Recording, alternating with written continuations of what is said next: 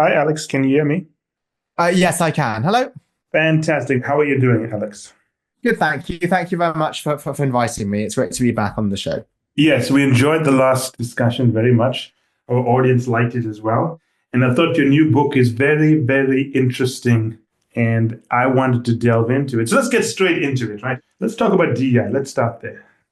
I think there's so much misinformation about DEI because it seems there's only one legitimate viewpoint. So most people would like to have more diverse, more equitable, and more inclusive organizations, myself included. And I'm an ethnic minority, but even Yeah. if I was not, I would want organizations to be inclusive.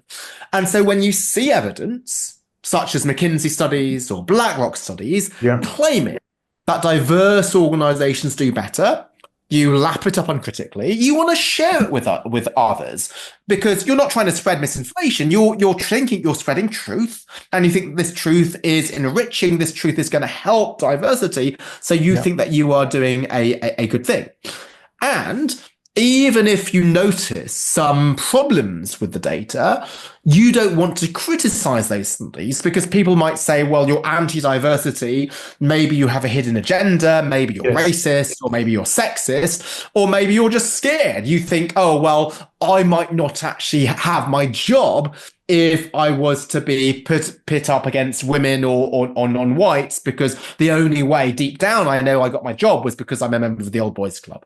So you think that misinformation is spreading because sometimes people just want to be nice and fit in? Yeah, I think it's not just being nice and fitting in. I think they just genuinely believe it to be true. Why? Because of the problem of confirmation bias, is that if you have a view of the world and you see something that confirms that view, then you lap it up uncritically. You just believe it and you want to share it with people. So first, I think people do genuinely believe it's true. And for those who don't, because those who are a bit more discerning, then your comment about wanting to fit in is going to be operational because you think to actually go against the grain and say something different will make you a social outcast. A bit like cases such as the Bay of Pigs invasion, where there were many people in the US who wanted to invade the Bay of Pigs. There were views as to, well, military action might actually backfire, but people did not want to express those views. People might think they're un-American or they're not courageous enough. And indeed, the phrase groupthink was coined to describe the deliberations, which led to that Bay of Pigs disaster. That's a group setting where you don't want to go against the grain. There might be some repercussions for doing so. And the repercussions have been quite severe. I mean, there was a time not that long ago that if you spoke out against some element of DEI, I know of people who've lost their jobs. So the repercussions have been severe, haven't they? Absolutely. And they can range from something very severe, which is you lose your job, for stating something which could be based on evidence, in the same way that Galileo said, well, actually, the Earth is not the center of the universe, it's the sun. People Yes. can lose their jobs when it's based on data. It's not ideology, it's just what the data is showing. Sometimes it might be less stark than that. It may well be that if you were to claim the evidence is unambiguous that diversity pays off, you get invited to give high-priced keynote speeches at pro-diversity Yes. conferences. Maybe McKinsey or BlackRock will hire you as a consultant or as an advisor. So you don't only have active bad things happen to you, but there's also missed opportunities. So let's stick on DEI for a second, right? You kept saying, and I agree with you, that the backlash against DEI is not just political, because there are some untruths or misinformation. Give me some example of those things.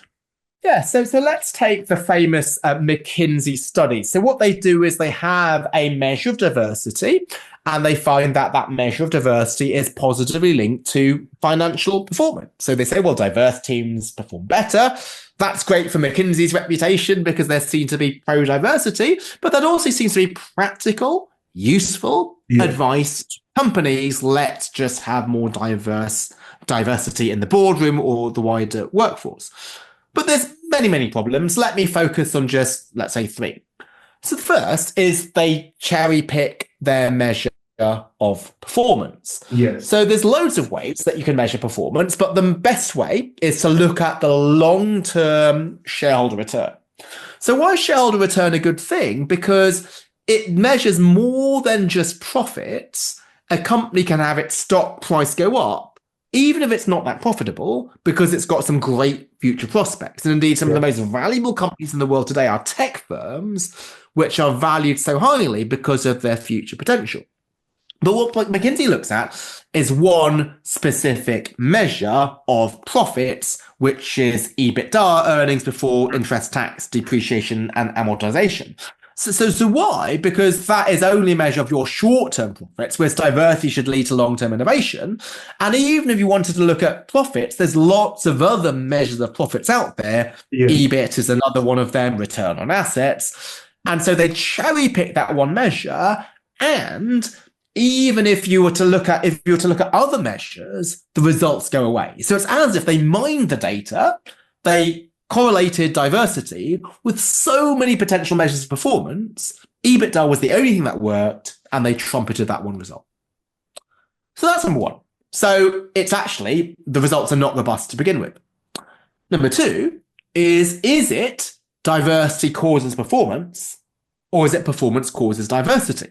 So their latest report took financial performance from 2017 to 2021, and it took diversity in 2022, which was after performance was measured. So it's more likely that performance led to diversity. So if you're a company and you're already performing really well, you don't need to engage in short-term firefighting. I can look to longer-term issues such as diversifying my boardroom. Whereas if you are a company in trouble, maybe you just don't have time to think about board diversity because you're just busy not going under. So it can be performance causes diversity, then the reverse. Third issue is, well, maybe neither causes each other, but a third factor causes both. So maybe industry is an explanation. So let's say the coal mining industry has got a lot of males, just the nature of the coal mining job. And coal mining has just done poorly because of the energy transition. So it's nothing to do with the high male proportion in the coal mining industry. It's just that you're in coal mining. And so there's these other factors which might be going on as well. But if there's a prevailing narrative which people want to be true, that diversity causes high performance, you just latch onto the one explanation that you want to believe and you ignore alternative ones. It's a bit like a police officer who has their hunch about the suspect. Yes. They interpret all of the evidence as being consistent with that one suspect, and they don't look at alternatives, and they end up convicting the wrong person. And I think it should be noted here that there's a whole ecosystem. I don't want to use the word enable, but I'd say supports it, because you have editors of prominent publications who then look at the report and they publish the findings without critically analyzing it. Because, as you say, if everyone wants to believe the story, it creates a kind of an echo chamber. Yes, and you're absolutely right in terms of the ecosystem. So you might think, well, aren't there enough checks and balances out there to make sure that these bad things don't get published? So who does the McKinsey research? It is particular researchers within McKinsey. Yeah. So yes, McKinsey, the organization, needs to prove it, but they will do if it's something which is pro-diversity. And similarly, a book, let's say a book by Simon Sinek on starting with why is actually flimsy and not backed up by any data. Well, the publisher, Penguin, might think, okay, this is a great book. This book will sell because people like the message of this book. That purpose is going to lead to success. So let's just publish this. Or it might be sometimes a university-affiliated organization. So Harvard Business Review does publish a lot of poor studies on diversity. Yes. And why? Because yes, it's affiliated with Harvard, obviously a brilliant university, but how do you have influence as Harvard Business Review? You have influence if your articles are read. And your article is much more likely to be read if it's shared. And it's more likely to be shared if it's something that people want to be true. And so the message that diversity improves performance is something which people want to believe in. It reminds me of this trend I've noticed recently. I'm very big into healthcare and eating healthy and so on. And I noticed over the last few years, there's a narrative that's going around saying that we need to eat more protein. But the last time I looked, as Americans, I think we eat too much meat. But if you have this discussion with anyone, they always tell you got to eat more protein. But the evidence is not there. It's an example of how if people want to believe a narrative, they will look for whatever supports it. And of course, if I went out there and told people you shouldn't eat so much protein, as you said, I'm not going to get paid speaking gigs. I'm not going to get hired. So there's a lot of benefits to going with a narrative. Absolutely. And maybe there is some evidence that eating more protein helps, but that evidence may well be taken completely out of context. So maybe that study was in a developing country where malnutrition is an issue, and then people then apply that to the US, which might suffer from too many calories, not too few. Or sometimes these studies might be studies of the elderly population where protein is important, and some elderly people don't eat enough protein, and this is when muscle wastage is an issue. But then to say to maybe a 20 or 30-year-old, you need to eat more protein, well, maybe that is not what you should be doing. It might be more fruit and vegetables or more exercise.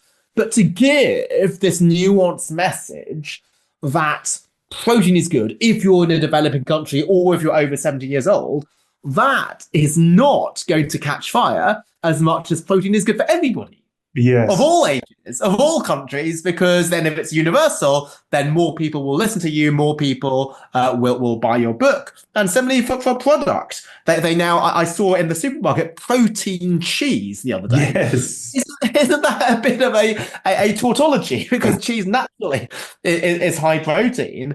But if you're saying, well, everybody should try to reach as much protein as possible without any limit, it's completely black and white, then even something like normal cheese doesn't have enough protein. We need to enrich the protein of even cheese. Now, you've touched on something very important, which I want us to elaborate on.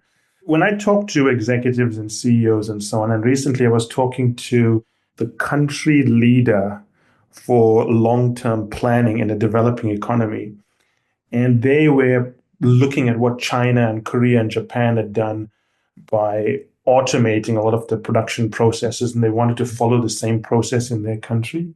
But one of the things I always point out to clients is that when you are looking at any piece of advice, any study, any theory, anything, you have to make sure the conditions that existed in China, for example, that led to automation being so successful also exist in your country. And it sounds like when we look at research, we don't look at the conditions that existed there as well. Is that true? Yes. And so this is, again, another issue is like we like to take a study from a completely different context and say, well, that study will apply here. So one issue with studies is they focus on typically weird people. So what do I mean by weird is Western, educated, industrialized, rich, and democratic. So things that work in those settings, they might not work in other settings. And even within a weird country, it may be that you're focusing on a particular subset of that weird country. So let's give an example. So there's the famous Stanford marshmallow studies. And so what they did was they took young kids and they gave them a marshmallow and they say, well, you can either eat this marshmallow now, or if you wait 15 minutes, I'm going to give you a second marshmallow. And what they found was that the people who waited for the second marshmallow did better later in life. They were less likely to be addicted to alcohol or smoking or drugs, more likely to complete college and be in a stable job. And I think they looked even further. They're more likely to be married and in a stable relationship. And so they said, well, this is just evidence that of delaying gratification. You need to be patient and think about the long term. And that's why you're so successful later in life. And that seems to make sense. Yes. But here's the issue is, well, who were the kids who were not waiting for the second marshmallow? They might be from poorer backgrounds. Yes. Why? Because in a poorer background, even if an adult tells you, hey, trust me, don't eat this marshmallow, I'll give you another in 15 minutes time, they might not be able to trust them. Or maybe you're in a home where if there's so little food that if you don't eat what's in front of you, you've got lots of siblings who might eat it, or somebody else might eat it. So indeed, whether you are waiting for that second marshmallow is not so much a sign of delaying gratification, yes, as your family background, but because that study was on Stanford University students, it doesn't necessarily apply to other settings where actually a family background might be quite different. And now we're getting into statistics where we're looking at whether the sample is representative, right?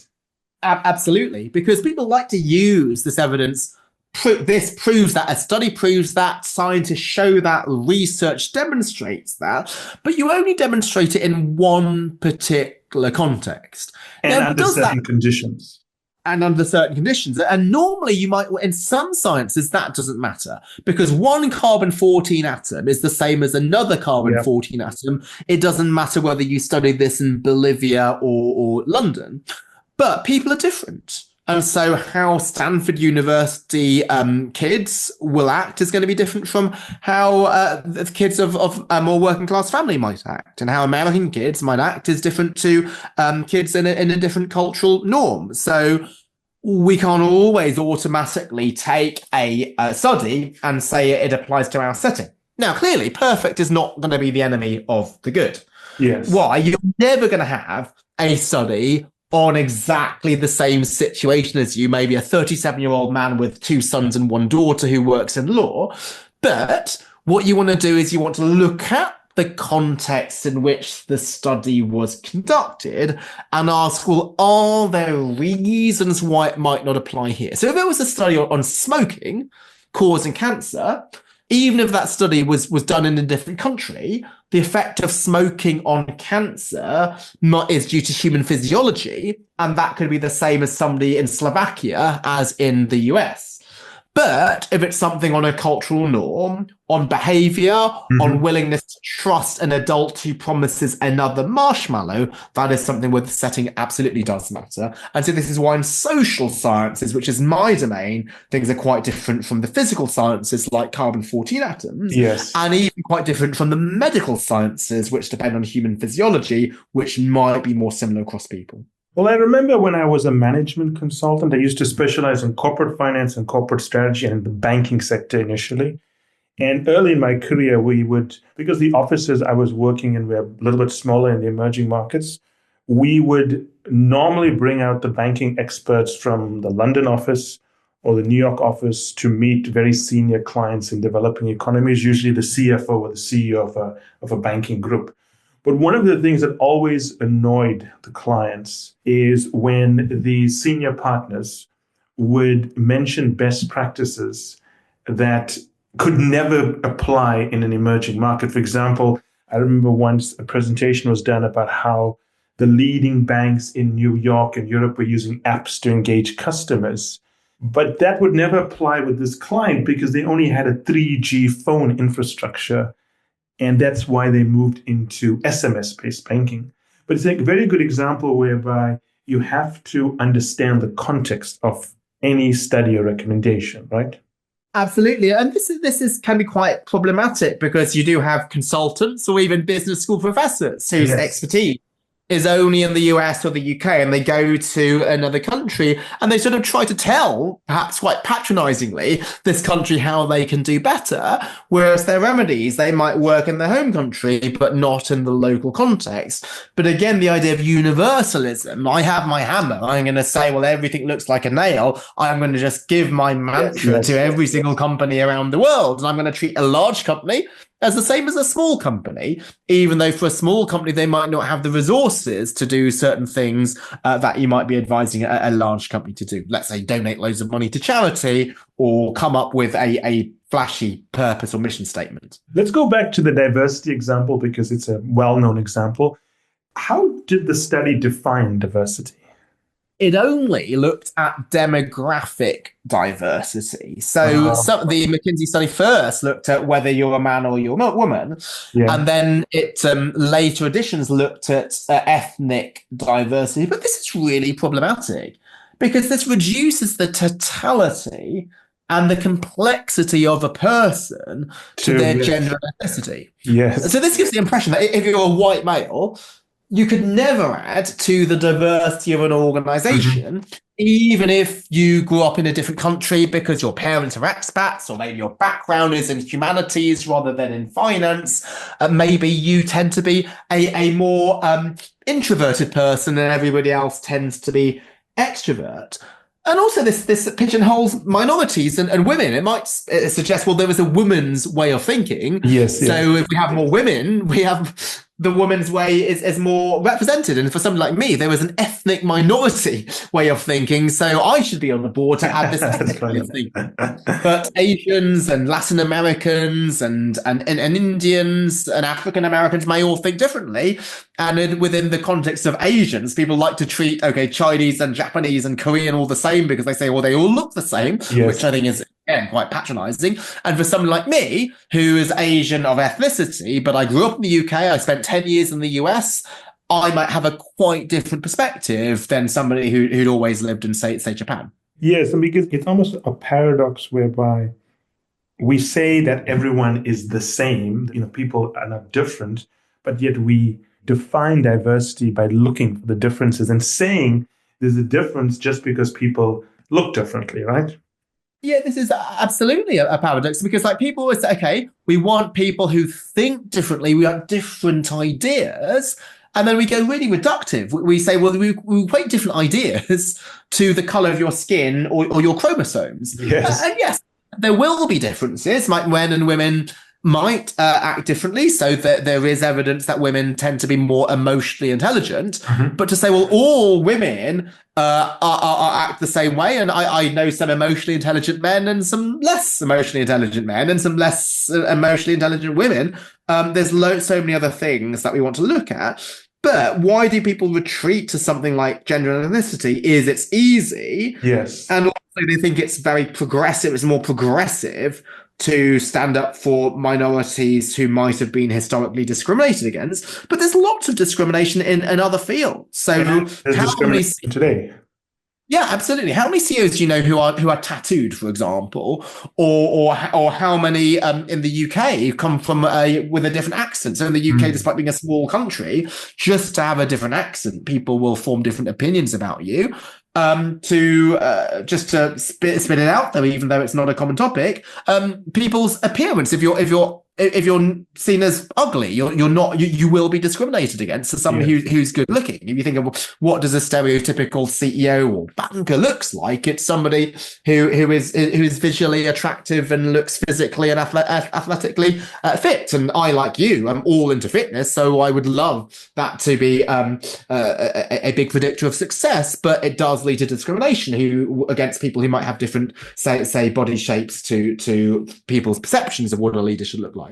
I'm going to shift the discussion just a little bit in a different direction here. We spoke about diversity, but obviously we're talking about bad information or misinformation or poorly used advice and so on. Let's say that a narrative becomes the dominant discussion point and everyone starts following the advice, even though it may be incorrect. At a certain point, the people that are taking that advice and implementing it, they're going to see little results, they're going to see negative results. So why isn't it that a poor or a bad narrative dies out when it's implemented if it's wrong? Why is there a need to prove it's wrong? Because if it's not helpful, it's going to have negative results anyway. So why doesn't it die out in that way? Yeah, this is a great question. So first, I could argue, well, why are people then so evangelical about the need to prove that diversity improves performance and to say all these studies? Because if diversity does improve performance, then just let people do what they do and the diverse companies will outperform. So why do we need quotas of the gender composition of a board? Just allow people to choose the very best people, and the ones who are sexist and not hiring great women will just die out. But you're right, this could also be applied in the other way. So if indeed studies are claiming that diversity pays off, why are people like me spending all my time and effort saying, well, these studies are wrong? Why don't I just let them hire the wrong people and then underperform? Well, first, the underperformance could take a long time. Yes. And so if there are good white males, maybe from different backgrounds, who don't get a job because they bring diversity in just other forms than gender and ethnicity, then that's bad. Then that could be a lifetime or a career, which they're never going to get back. Number two is that it's really difficult to show that if a company did poorly, it's definitely because it pursued diversity in the wrong way. There's so many drivers of performance. So just like I don't like it when Donald Trump says, oh, well, he was shot at, that's because the police had a DEI policy, or there's wildfires in California, that's definitely because the fire service spoke too much on DEI. You can't point to that. And let's say even it was true that you didn't have a meritocratic hiring policy, because of confirmation bias, you're going to claim that it was due to lots of other factors. So the cause-effect relationships are so unclear that you can't just wait for the game to play out if you're just to look at the study and say, well, hey, this study is flimsy. And notice that to highlight the flimsiness of that study need not mean that you are anti-DEI. You could be pro-DEI, as I am, but you highlight that DEI is more than just gender and ethnicity. So I have my own construct research where I look at cognitive diversity. And I also look at equity and inclusion, where we don't just have a broad mix of people, but an environment where people are willing to share their viewpoints, even if they might be contrarian. That is correlated with superior performance. And of course, if we look at the history of mankind, sometimes really bad ideas can last for hundreds of years, like slavery and so on. So you are right. Sometimes it takes a long time for a bad idea to be seen to be bad. But even though things may be counterproductive due to a number of reasons, sometimes people keep on doing it, right? That's a really great point. Yeah, and there's so many other examples of that. Slavery being a really bad one. Smoking, the first evidence that smoking leads to cancer was in 1950. Here we are 75 years later, and still the tobacco industry is earning outside profits. Actually, going back to diversity, that the suppression of women, that women could not vote, or that women's place should be in the home looking after families, that is something which is problematic. So even though I recognize the huge problems, why are we not for forced diversity quotas? If instead I'm saying, well, let's hire the best people. Don't look at the old boys club. Don't think, oh, well, this job involves aggression and men are better than women. Let me hire the truly best people. That truly best person, if I'm going to be truly meritocratic, that best person might be a woman, they might be an African American, they might be an Asian, but I would not say let's hire a worse person because I just want to have fewer white men because I want to diversify. Let's say in the Olympic Games, who should get the 3 medals? It's the 3 people who are fastest in the 800 meters. Now, it is fair in that all that matters is your time. It doesn't matter the color of your skin, as long as you finish in the top 3. So that is something which is meritocratic, where anybody can get on the podium if you're fast enough. I think that's what it should be like in terms of hiring somebody based on merit, not skewed by factors which were there in the past and led to massive discrimination against women and ethnic minorities. But I don't think it should necessarily go the other way. Yes, that's a very good point. I remember speaking not so long ago to the CEO of a fairly large company, and they were looking at putting in place quotas to bring in a certain percentage of females at certain levels and different minorities at certain levels and so on. And I remember he was asking me about the diversity program. And of course, I don't know his country very well. I don't know the industry. It's different culture and so on.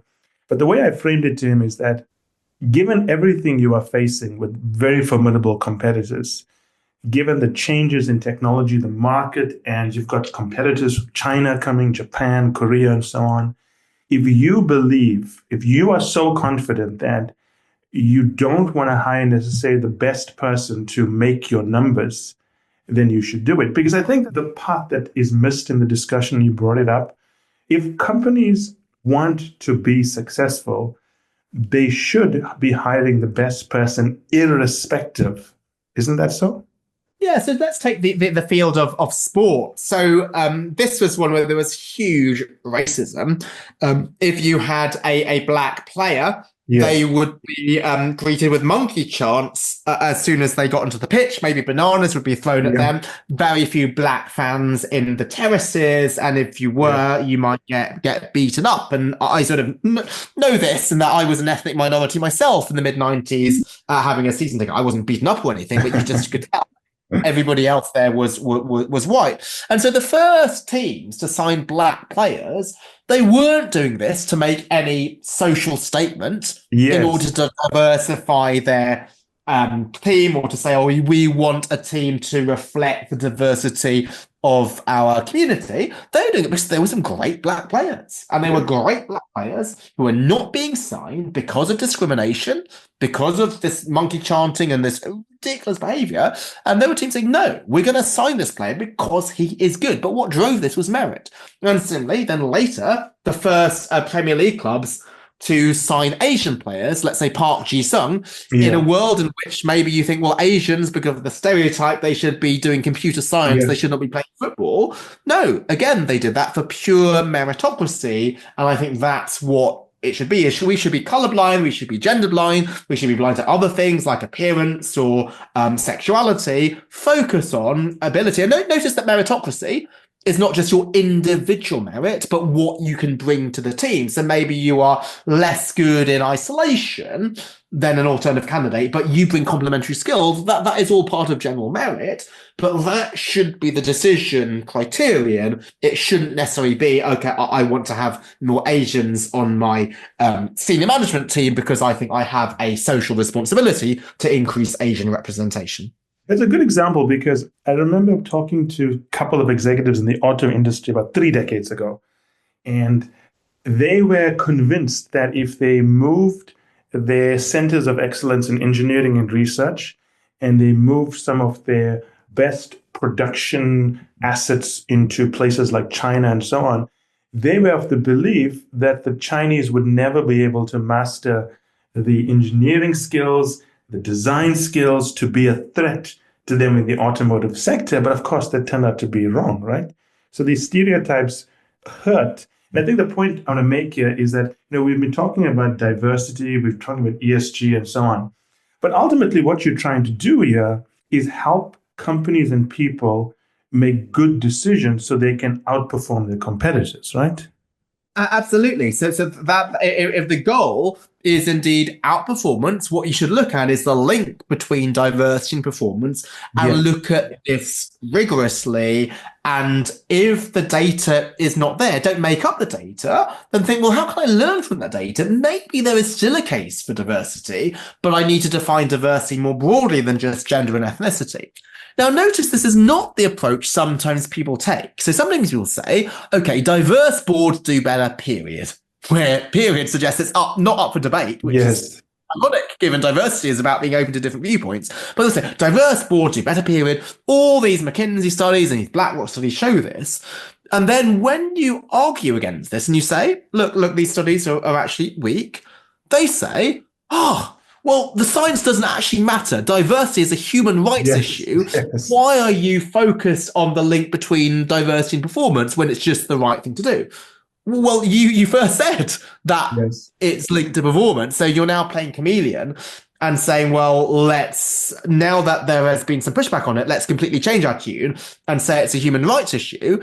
And even if you think it's a human rights issue, is that actually clear? Why does an ethnic minority like me, who was lucky enough to go to, say, Oxford University, why should I get a leg up compared to a white male from, say, the north of England who never went to university? Maybe his parents were in prison or something like that.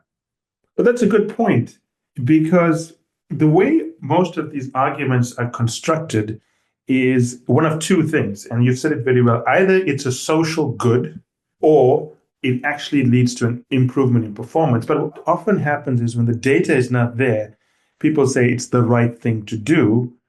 Then all of the analysis, all of the research gets thrown out and so on. But I want to come back to another point here. Let's look at sports teams. You gave a good example of sports teams and that Korean player. I think he played for Manchester United. Am I right? Yes, partly so. Yes, he actually lives in Wimbledon, London, which is my neighborhood as well. Oh, I've not met. fantastic. So maybe you run into him sometimes. So let's look at the sports league, right? If you do not hire the best players and you do not hire the best coach and all the things that goes into creating a successful franchise, you are either going to not win enough games to the point of relegation. So every year, it's clear that you have failed and therefore you need to make changes. Now, in business, we have the same thing, right? We have share prices, we have the performance of companies and so on. But it seems that in the sports world, when someone does not perform and the strategy they've rolled out is not working, owners of sports teams are quicker to respond. If companies are putting in place policies, and DEI is one of them, but there could be any number of policies that they're following that is not working, why isn't the market or the owners reacting fast enough? Yeah, this is an interesting question. I think it's the link between performance and outcomes is clearer in sport. So if you have a better team, on average, they will score more goals and win more games. Now, obviously, there's luck in it. There's poor refereeing decisions or maybe you hit the bar, but the quality of the team is quite closely related to the quality of the results and the outcome. Whereas in the corporate world, you can do a lot of things to mask poor performance. Yes. So if you've got a worse product, you could brand it really well. Whereas if a guy can't score goals, it doesn't matter what color boots you give him, he's not going to score goals. So that there's not the same way of greenwashing or dressing up poor ability. Whereas you could have some great marketing about a poor product. It may well be that you enjoy market power, so you are in a place where people are just unable to switch from this. It may well be that there are multiple other drivers which could be leading to you doing really well. It could be that a competitor has something bad happen to that. So given that there's so many other factors, you might call them intervening variables between input and output, if a strategy is really failing, you don't know whether it's failing. And even if you have poor outcomes, again, back to confirmation bias, you're not going to say, oh, it's because of my misinformed DEI policy. It could be well unlucky. It could be due to lots of other things. Yeah, that's a good point. I want to talk a little bit about incentives and how it shapes and influences behavior. I'll give you an example of this. Right? Later in my career, I switched to focusing on mining companies and oil and gas companies. And I was working with the board of a well-known mining company. I'm not going to mention their name. And it was very obvious, and they knew it, everyone knew it, that their entire business model could only work if they paid very, very, very little in salaries to the labor force. And the entire model was to hire people who were basically illiterate, couldn't read, couldn't write, and they would get them to work the mines. And clearly, they were incentivized and they set up things whereby they worked with the government to make sure that large parts of the labor force almost lived in the servitude kind of environment. Now, if they ever educated the labor force, they would want more money and their business model becomes uneconomical. But the market rewarded them the more they were able to pay their labor less money. But eventually this business model was going to fall apart. So I want to talk about incentives here. Clearly, bad information should be punished in some way, whether it's going to be investigated by the SEC or the share price is going to lead to punishment. What role do incentives play here in allowing these false narratives to propagate? I think incentives play a really important role. And one of the issues is that some bad actions can lead to bad consequences, but only in the very long run. Yes. And if you have short-term incentives, then you might not care about the long-term consequences. So there are some CEOs whose pay is linked to DEI, where DEI is driven purely on demographic criteria. So this might mean, let's say, if I just hire a lot of ethnic minorities, I'm going to hit my DEI statistics, even if they were lower quality, and my company underperforms 5 years from now, I might not be around. I could be just retired by then. And even if I'm going to increase the ethnic minority of my senior management team by hiring people from the outside, and that's actually bad because it might prevent me from promoting people from within. But again, I'm not going to suffer the consequence of poor motivation of junior staff for many, many years' time. So, and this is, again, if you take it into a sporting context, there you might see the results, the time lag between input and output as being shorter. Yeah. So if I am to be racist and not sign a great black player and my rival does, then that player scores against me. That's something that happens right now. Now, there are certainly certain things in a football context which are more long-term, maybe the development of the youth academy. But in terms of diversity of the first team, that is something where you might see a pretty immediate impact on results. Yeah. I mean, you raise a very good point whereby in sports, there's a rapidly compressed timeline to see the results of your action. And also the scorecard is very, very clear because if you look at businesses today, as the example you gave, one company uses EBITDA to measure performance. But I've been in situations whereby I've worked for state-owned companies and they're falling apart. It's a disaster. They're not making money. But when you read their annual report, they will cherry pick some metric that tells the world what a wonderful company they are. And you have to be really confident, I think, to be willing to read between the lines and see what is happening, which is where I'm going to go with the conversation now. Because it seems that if you have to challenge a narrative, you need to have the confidence to stand behind what you're saying. And I don't think most people are like that. They may have a viewpoint that's different, but they may not have the confidence to debate something they disagree with. Yes, absolutely. And so this is why another reason why diversity is not enough. You need inclusion. Yeah. And often when people think about inclusion, it's, I'm going to include somebody who might be, say, physically disabled or have a different way of thinking. But it's actually an improvement in terms of different viewpoints, not just neurodiversity, but in terms of having a contrary view. So if you were somebody who was working in the run up to the financial crisis and they said, well, hey, actually, you should not be taking such risky positions, then you might well be in trouble. And like more recently, if you were to say to Target or Bud Light, hey, you might be alienating some of your more conservative customers, you might be cancelled or kicked out for that because people might say, no, you are just not with it. You are based on an old world. Nowadays, we need to be much more inclusive of these social issues. But actually, some of these companies lacked political diversity, like it or lump it. 52% of Americans voted for Donald Trump. Now, I would have never voted for Donald Trump were I an American. I don't know anybody who did vote for Donald Trump, but it's a big problem in academia that if we all live in our bubble and we don't have people who might share the same viewpoints as Trump and might have said, well, actually, I don't care what your economic theories say. I just don't like free trade. And if people have done things to moderate some of the effects of free trade, we might not have had to have the very radical and I think very destructive tariffs which Trump is passing right now. You raise a very good point, Jeff. When I work with clients, they always tell me things like, Michael, how do we come up with some brilliant insight in our business? And I always point out to them that an insight is a contrarian idea that eventually turns out to be true.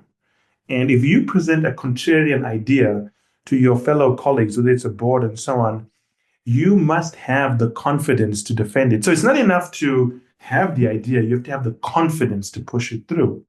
And I think most people miss that side. And I think that's one of the things we see whereby there are people who want to challenge bad narratives, but sometimes they're not just drowned out, but they don't have the confidence to see it through. Yeah. And sometimes it could be that just institutional features actually make dissent really difficult. So I am lucky to be a fellow of the British Academy, which is an organisation of elite academics, a bit like the American Academy of Arts and Sciences. Yes. So I'm really grateful to be elected. And then every year, then there's nominations for future fellows. And you say whether you approve or do not approve them. And there were a couple of suggestions I thought were below the bar. And so I thought, well, let me select, just does not meet the criteria. Yes. And I was pressured into not doing this. I was told I had to say undecided. Yes. But I wasn't undecided. It was clear to me that they did not satisfy the criteria to be bestowed on them the honour of Fellow of the British Academy. And then I said, well, if you want to do that, you kick off a process. Is that you, if you want to say that you disagree, you have to write a memo. Your name needs to be attached to that memo, and that name needs to be decided by the rest of your section, which for me is management. For others, it might be history. Yes. And so you don't need to, if you were to just rubber stamp something, there is no trouble involved.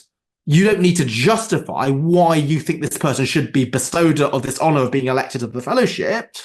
Yet if you are to go against something, you need to put your name to this, and then you're going to be unpopular with the people who made the proposal. And you were told to falsify the vote to begin with. Now, if you think this is an academic institution which should try to promote academic freedom and different ideas, then why are you making it really difficult to express a different viewpoint? The status quo the default decision should be not to be elected to the fellowship, because it's an honour. And so why is it that people who propose somebody to be elected don't have to say anything? Whereas if I want to say, well, actually, this person might not meet the bar right now, that I need my name to be attached to this, I am known as being the dissenter, and I have to prepare a written statement, which is at least 500 words to be read out across the whole of the section. I think this is really, really problematic. Yeah, that's interesting, because we spoke about echo chambers, but there's also institutional practices, culture, routine that makes it difficult to be the one standing out. It almost sounds as if you disagree with someone. There's almost like a trial that you're having. You've got to defend your viewpoint, right? Yes, absolutely. And these things, they might say, okay, we've always done it that way, but that is not a good reason. The whole point of diversity is to think, well, are there better ways that we can have done things? And if you were to start with a system right now, which is going to lead to the best outcomes, I would like it to be just as easy to disagree as it is to agree. I might not want to make it easier, but I would like to treat it symmetrically. It may well be that you can dissent and then you can write a memo, but that should be anonymous. Or maybe if you are to approve somebody, you need to say, well, out of this really select group of people, why is it that this fellowship should be bestowed on this particular person? Yes. One of the things we haven't touched on, but I think you mentioned it earlier, is that sometimes and often an industry builds around a narrative where people get paid.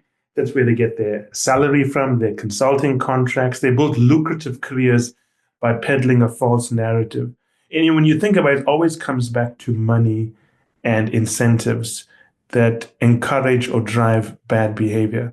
Alex, thank you so much. That was a wonderful discussion. Really enjoyed it, Michael. Thank you so much for having me on. Excellent. We'll see you soon, and good luck with all the other interviews. Okay. Thanks very much. Take care. We'll speak soon. Bye-bye.